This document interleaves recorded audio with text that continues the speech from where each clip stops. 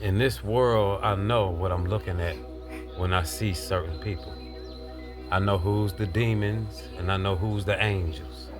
I know who's the blessed ones and who's the cursed ones. I know who's the enemy and who's the friend. I know who's not human, but look human, but they not human. I know who those are too. I have to.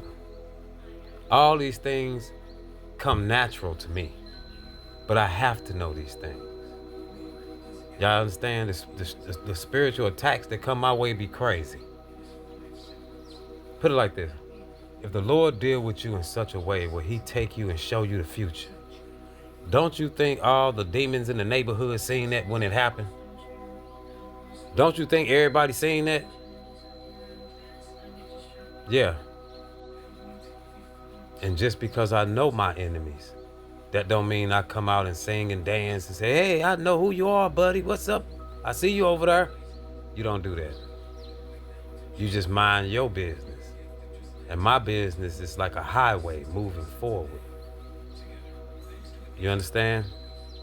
If I stop for every little thing, I'd never get down the road.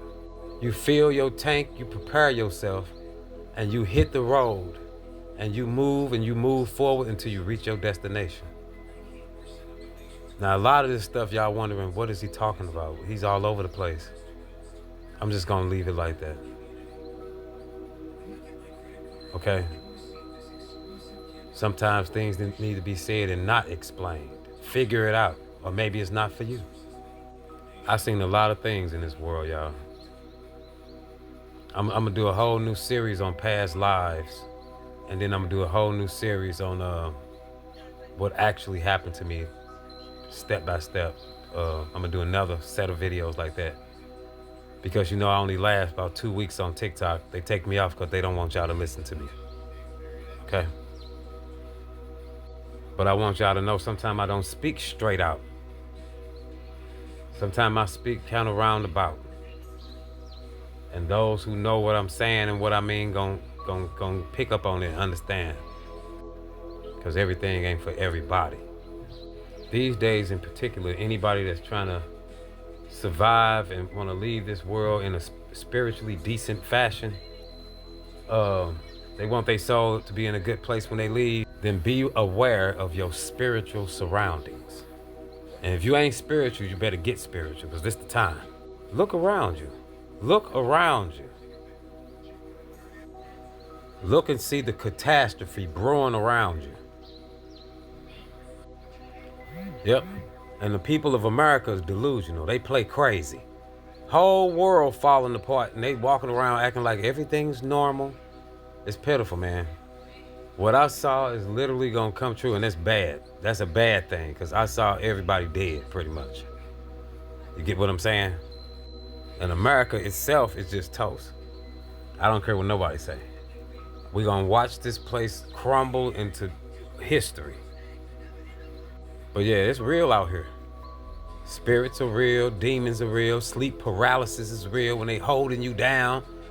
You think, oh, it's because I was half sleeping, half woke. I'm in some type of state where things can jump on me and just hold me down on the bed. Like, y'all, man, wake up, man. Those are real entities. Those real beings, creatures that pretty much don't give a damn about you either.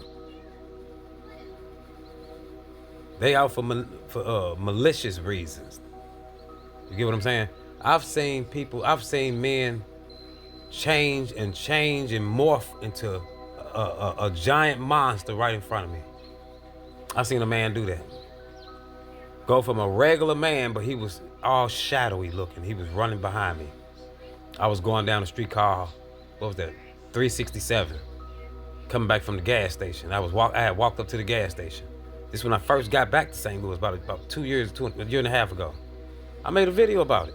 They took it down. They don't want y'all to hear nothing. See, that's pitiful. This dude started chasing me down the street. It was broad daylight, y'all. I had just came back to St. Louis. They was mad. See, the spirits don't like when you travel and move different states and aware of the hierarchies of demons. Some places you can move away from and get away from certain demons, because no, different lands have different demons that rule them. That's their kingdom over there. So if you go to China, it's gonna be a whole different group of demons over there that rule that whole area. You go to Britain, it's gonna be a different set of demons. Africa, a whole different set of demons, like straight up, and they rule these different areas. And the people emulate them. A lot of their ancient dress codes and stuff come from demons. Yep. Yep. Not even playing. I seen a man run up behind me like a shadow. And he wasn't no shadow. He was like just all black.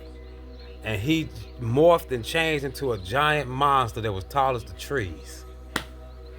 Went into 4 legs and body got real, legs got real long and body went real high and then body got real big like some type of elephant or something. It was crazy, scared me to death. I ran out in the middle of the street and started screaming out, praising the Lord in Hebrew. Not even joking. Ask anybody that know me. You ever give somebody a ride and y'all stopped at the gas station to use the bathroom because you're on a driving from one city to the next, and you give a hitchhiker a ride, and y'all stop and at the gas station grab snacks, and then you walk into the bathroom, see that person sitting on the toilet in a stall, right? But his legs is coming out the stall and all the way across the room to the wall, which is impossible. You ever seen that? Yeah, and then you jump up and you run up out of there, get in your car and pull off. That's what you do. I've had demons pop up in front of me and fight me. I told y'all about the one that's like a little pig. It's about 2.5 feet tall, like a little fat pink pig with an old man's face, real wide jaws and little scraggly hair with little horns. And he had hands like claws. And he jumped out of thin space, just popped right up, right in front of me out of thin space and just leaped on me, and I started fighting this thing. I threw my hands up, ended up catching his wrist. Not that I'm like some MMA fighter or Mayweather or something. I just happened to throw my hands up and just so happened to catch his wrist. It was a coincidence. I ain't gonna lie on here and say I whooped him and all.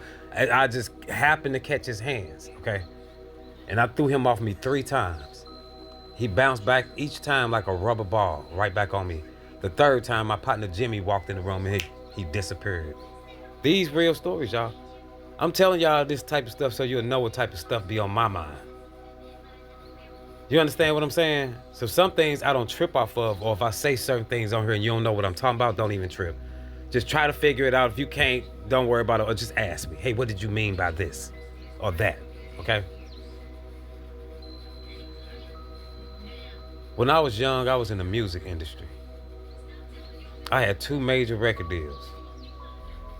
I remember I used to perform in Miami Beach every Thursday night when I was first coming up. Yep. One night, an executive from, or a representative from Universal caught me coming off stage. It was a white guy in a gray suit, white shirt, blue tie, haircut low, perfect cut hair. Every hair was in place like he was a mannequin or something. It was perfect looking. He walked up to me and said, "Hey, you interested in the record deal?" Like, I had just got off stage. I killed it that night too, because I was mad that night. Right before I got on stage, I told my boys in the back, I said, "Man, when you see me go over to the steps by the wall that's leading up to the stage, when you see me get right there, just cut all the lights off, like the power went off in the building. Give me 3 seconds and then hit the stage with red lights." That's what I was on back then when I was running from the mission that God got me on. You hear me? Right after that show, he was out there. I ain't gonna go into that though. I met a demon in Miami. Then the Lord told me to get away from all that. I ran from the record deal for millions of dollars. I ran away. Went up to the mountains in Oregon, to a little small town, and became a wildland firefighter and a part-time cook.